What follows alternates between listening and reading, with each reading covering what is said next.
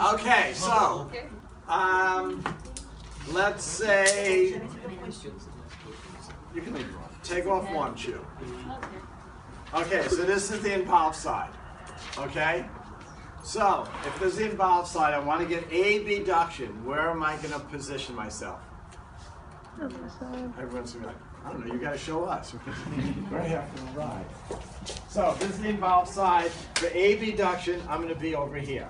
And I'm going to basically lean on one arm, just as long as I'm above her knee, and so that she can do abduction on the good side against isometrically against my arm.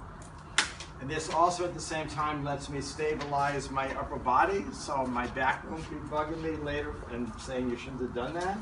Okay? And so I can face you.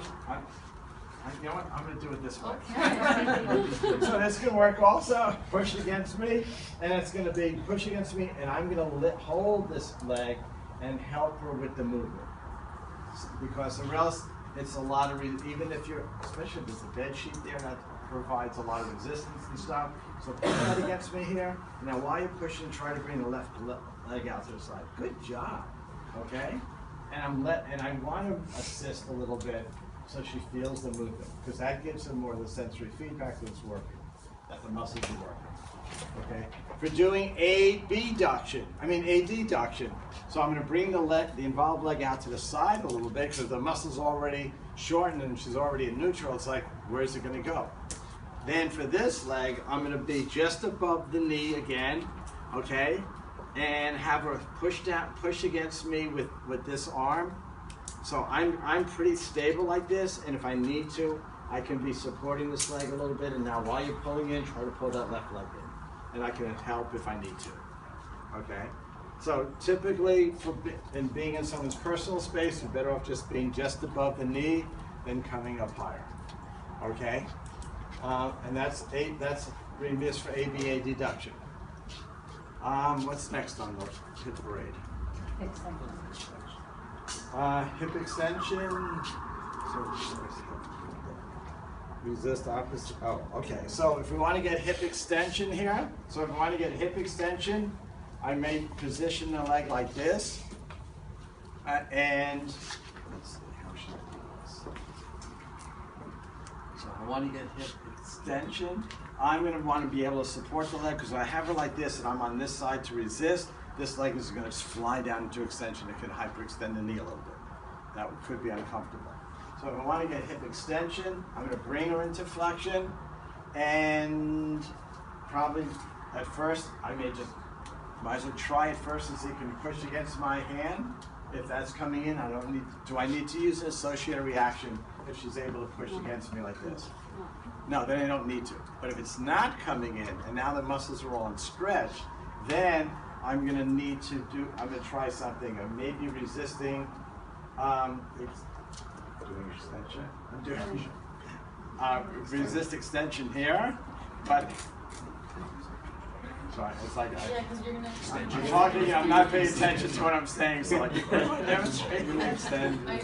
So I might resist extension here, but if the arm is more involved in the leg, or even equally involved, that's not going to work. So then I would resist right on this side. Flexion, okay? So I may, to pick something easy at first, well actually I could do anything like in this position, pull up against my hand here and resist here, so this is decent body mechanics, and now try to extend this leg. And I'm not going to let it fully extend, so I may resist here, relax for a minute, or I may put my hand under here and say now pull up here, and now push down and resist hip extension here. So this could be hip extension. I can resist through here as well. What I don't want would be to hyperextend the leg and fly down, okay?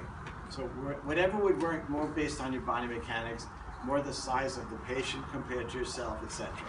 I mean, I've worked with, I can think of one of the patients I worked with was one of the football players on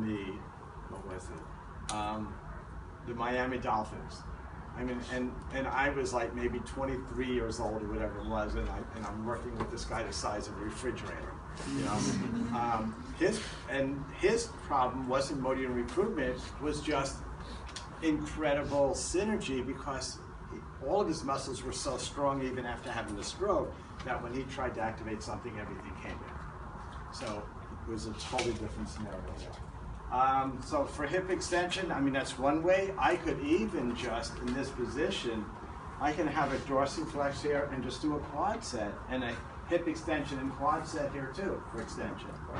Even maybe putting a pillow or something under her leg and then apply my resistance on this side.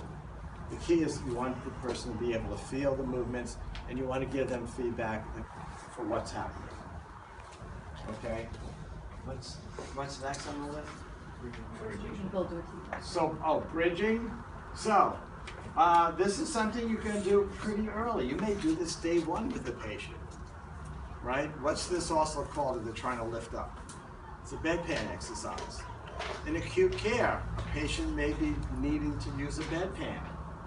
They would then need to get hip extension with the knees flexed. Is that in synergy?